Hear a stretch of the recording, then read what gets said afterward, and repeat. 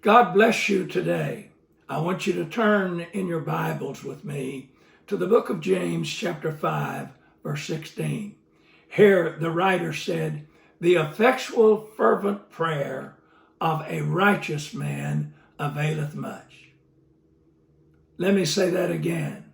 The effectual fervent prayer of a righteous man availeth much. How can I pray effectively? How can I affect God with my prayers?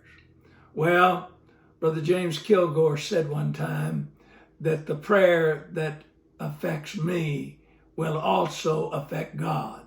Too many times we are indifferent in our prayers, and there's not deep feeling, and so consequently it seems that our prayers go unavailing.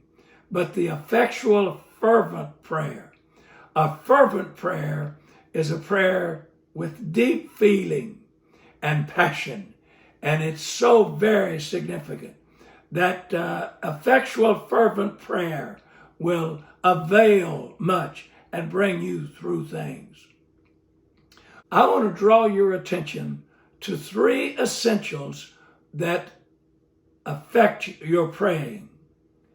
Matthew chapter 6 declared, "When you pray, use not vain repetitions." What is vain repetitions?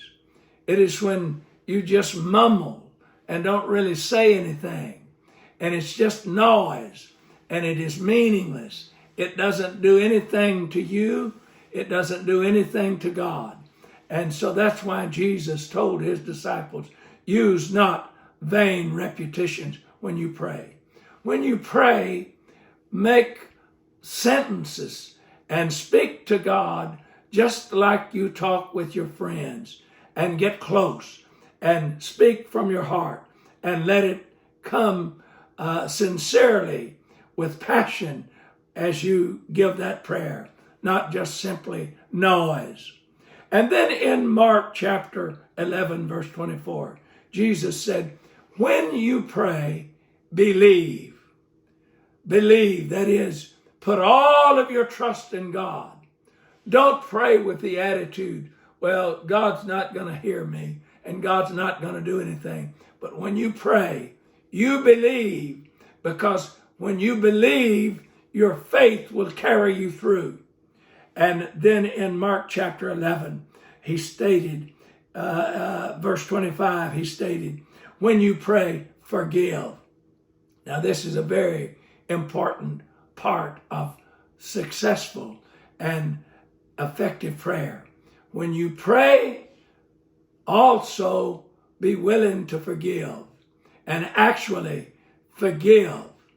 If you'll remember in the Lord's Prayer, he said, he prayed like this, forgive us as we forgive our debtors.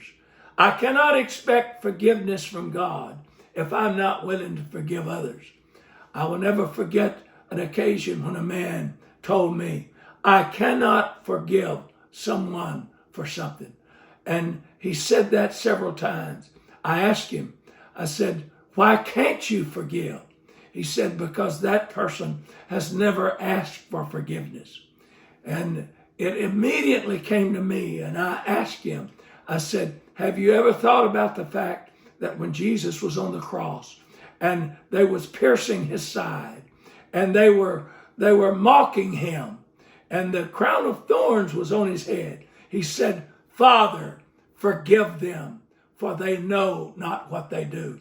They had not asked for forgiveness, but he forgave them while they were in the act of that. We've got to be willing to forgive if we're going to get anywhere with God in our prayer.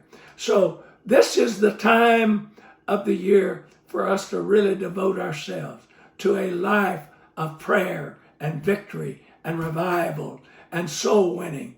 So let's move forward with God through our praying. God bless you is my prayer.